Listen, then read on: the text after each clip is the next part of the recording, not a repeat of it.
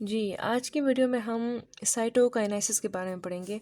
अब पहले हमने पढ़ा था कैरियोकाइनेसिस कि उसमें न्यूक्लियस की डिवीज़न होनी थी। अब साइटोकाइनेसिस में सेल की डिवीज़न होगी।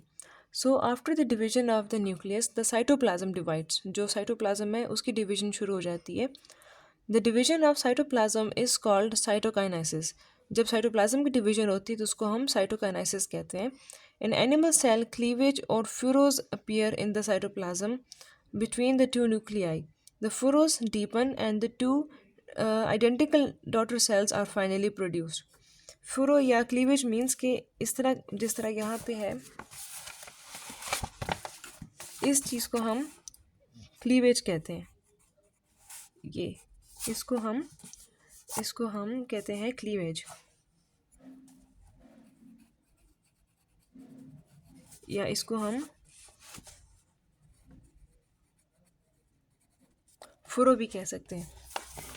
So after the division of the nucleus, the cytoplasm divides. The cytoplasm of the division of the cytoplasm is called cytokinesis.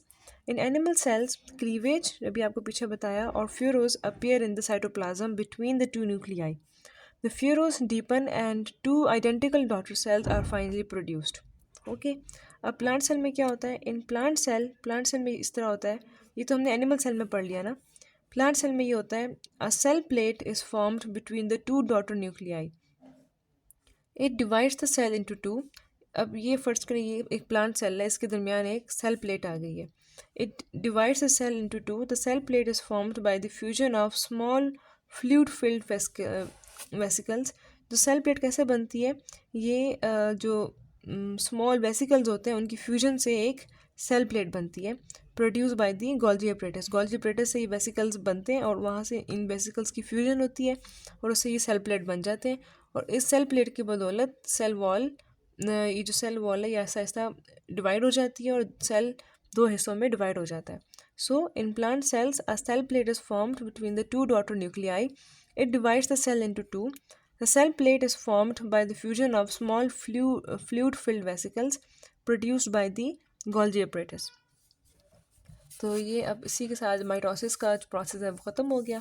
और जो है हमने जो उसका लास्ट प्रोसेस था साइटोकाइनेसिस वो भी हमने पढ़ लिया।